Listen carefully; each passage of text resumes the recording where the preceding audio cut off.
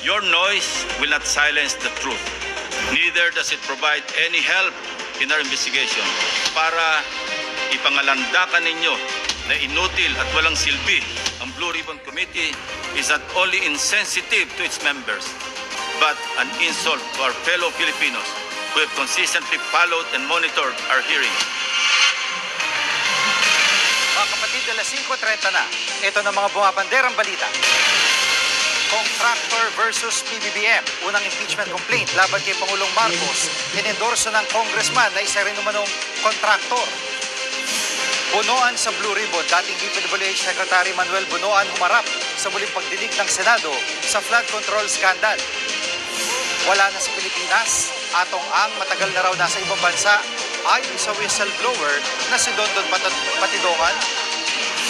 Delikadong tulay, DPWH Secretary Vince Lizon na pamura ng personal na maramdaman ng umuugang tulay sa Kamsur.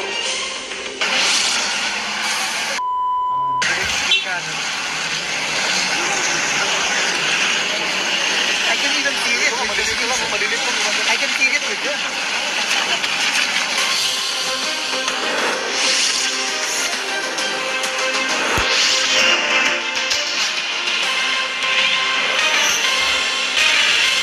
Sinampa na sa Kamara ang kauna-unang impeachment complaint laban kay Pangulong Bongbong Marcos. Live mula sa Batasang Pambansa.